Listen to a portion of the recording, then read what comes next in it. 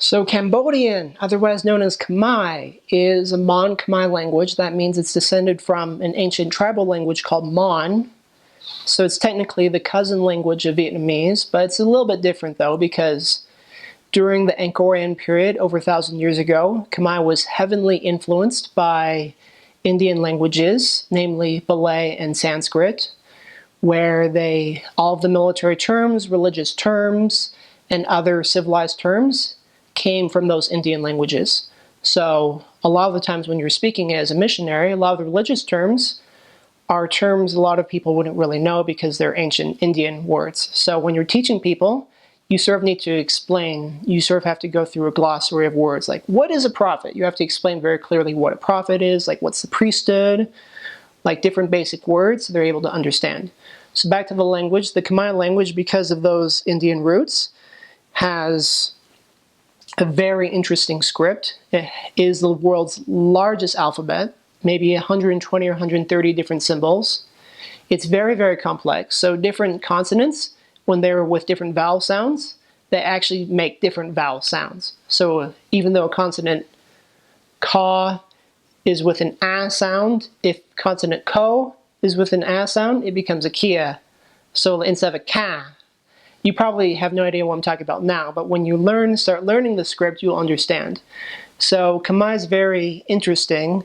It's not tonal per se like Chinese or Vietnamese, but it has a lot of different contrasts. It's sort of like a pitch register language where how you accent certain things will change the meaning of the word, like how hard you say it, or how long you say it, or how you say it, sort of like Japanese, where how, like, I'll give you an example, like go means death, but go means ox, or bratien means to bless, or bratien means president.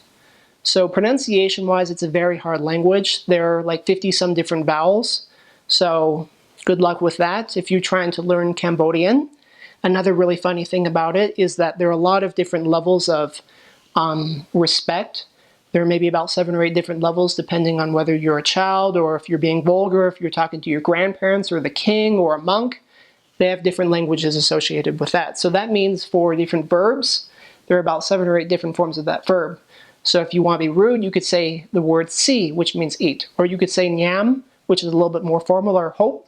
Or if you're being really formal, you could say sa, or you could say dotuotien.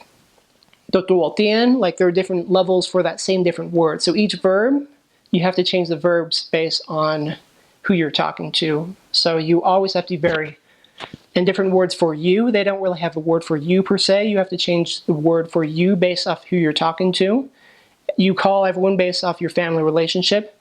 So if if they could be your older brother, you would call them older brother. If they could be your uncle, you could call them uncle. If they could be your granddad, if they're about the same age as your granddad, you'll just call them gramps. So you just call people based off of that. So another interesting thing is because during the Pol Pot era, a lot of people were under a lot of anxiety and they were very worried about being killed. They created a lot of like pig Latin type languages. So they're able to play on the different words. So they're able to mix words around. So there are about 3 or 4 different pig Latin type languages that they use in Cambodian, where they love to play on words, and now that's just become part of their culture. So sometimes you might not have any idea what they're talking about, but that's just because they're playing on their own words.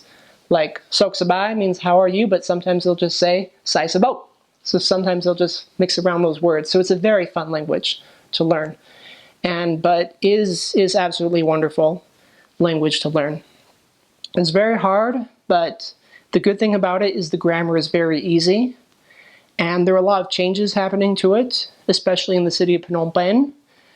A lot of times they become very lazy in how they speak. So sometimes they'll drop different sounds, and sometimes they'll even like add these different tones. Like the word for 5, bram, will become piam. So sometimes they'll do a lot of different weird things. So it's a really, really fun language to learn.